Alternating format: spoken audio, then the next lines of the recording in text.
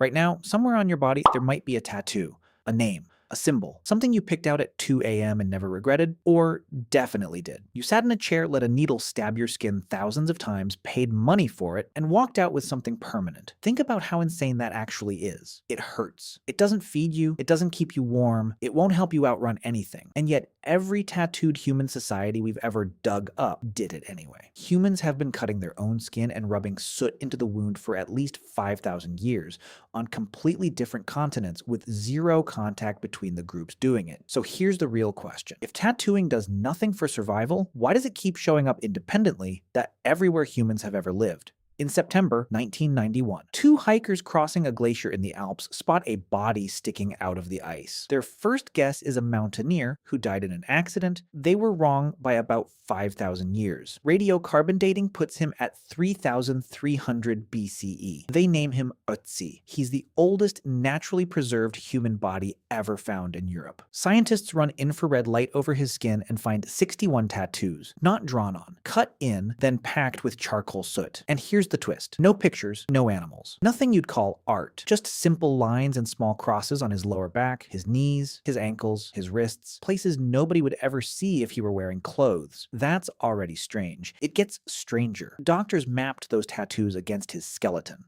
and most of them sit directly on joints with real damage. Arthritis in the knees, wear in the spine. Then, researchers lined those spots up against acupuncture, a medical system China wouldn't develop for thousands more years. A significant number of Ötzi's tattoos land on real acupuncture points. But this isn't decoration. This looks like medicine. A 5,000-year-old man marking the exact spots that hurt, treating pain with more pain, and accidentally making it permanent. Same window of time. Opposite side of the planet, no possible contact between the two worlds. Egyptians were doing the exact same thing. Near a village called Gebeline, archaeologists found naturally mummified bodies dating to roughly 3,350 to 3,100 BCE. For over a century, everyone assumed the marks on their skin were just decay. Turns out archaeologists spent 100 years staring at some of the oldest tattoo art on Earth and thought it was mold. Then in 2018, the British Museum finally ran infrared imaging and found the truth. A wild bull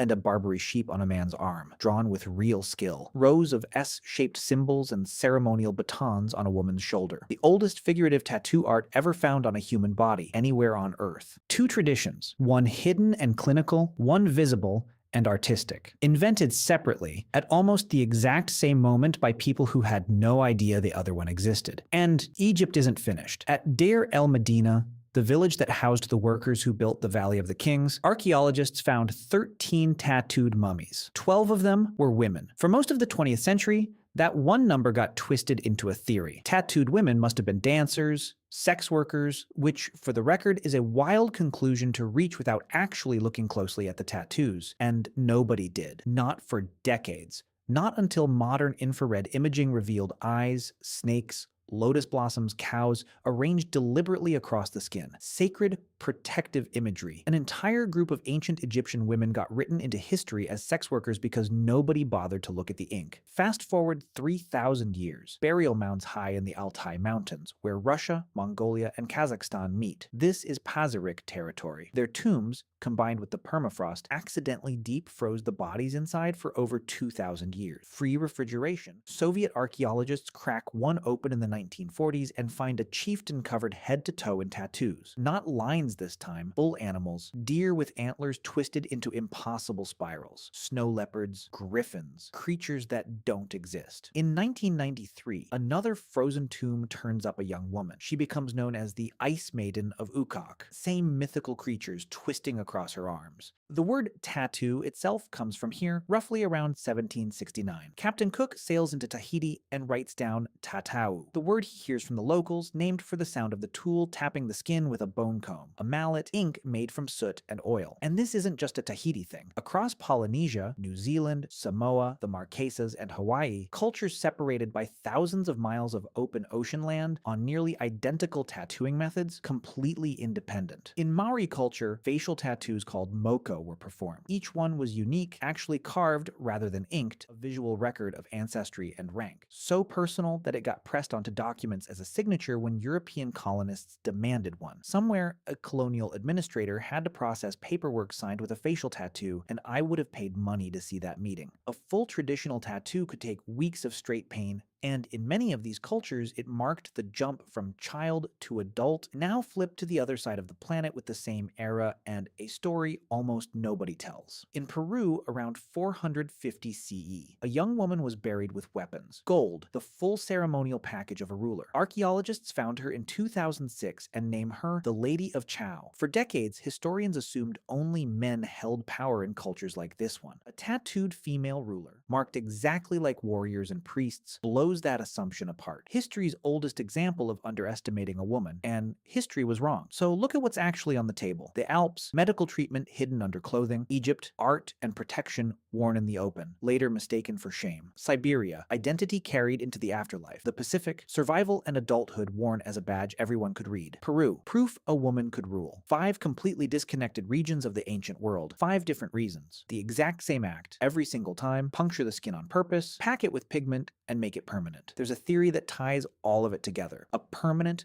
painful, visible mark is valuable precisely because it's nearly impossible to fake. Anyone can claim they're brave, but almost nobody will sit through hours of real pain to prove it. A mark burned into skin was proof for the original background check. In 1985, in Fernvale, Tennessee, archaeologists dig up a tattoo kit made from sharpened turkey bones and pigment-stained seashells, somewhere between 3,600 and 5,500 years old. While Otzi was getting marked in the Alps and Egyptians were tattooing bulls onto their arms, people in what's now the southeastern United States were running their own completely separate tattoo operation. Zero contact, zero shared knowledge. Just 3 different groups of humans, an ocean apart and independently arriving at a conclusion: let's stab ourselves on purpose. And it is not over yet. It might go back even further than that. Prehistoric figurines with fine engraved patterns keep turning up next to bone needles and ochre-stained clay discs. Evidence that tattooing might predate every mummy we've ever found. Across every one of these cultures, working completely apart, humans landed on the same tools. Sharpened bone or antler points to pierce the skin. Soot and ash for pigment, because carbon doesn't break down in the body. Invented from scratch over and over on different continents, thousands of years apart. And the problem wasn't survival, it was being known, being remembered, leaving proof of a life in a world that otherwise erased almost everything. So here's the full picture. Around 3,300 BCE in the Alps, a man marking his own pain points permanently. Around same window, in Egypt there were mostly women tattooing sacred animals that later generations would completely misread as shameful. Again around the same window. In Tennessee, a totally separate tattoo kit carved from turkey bone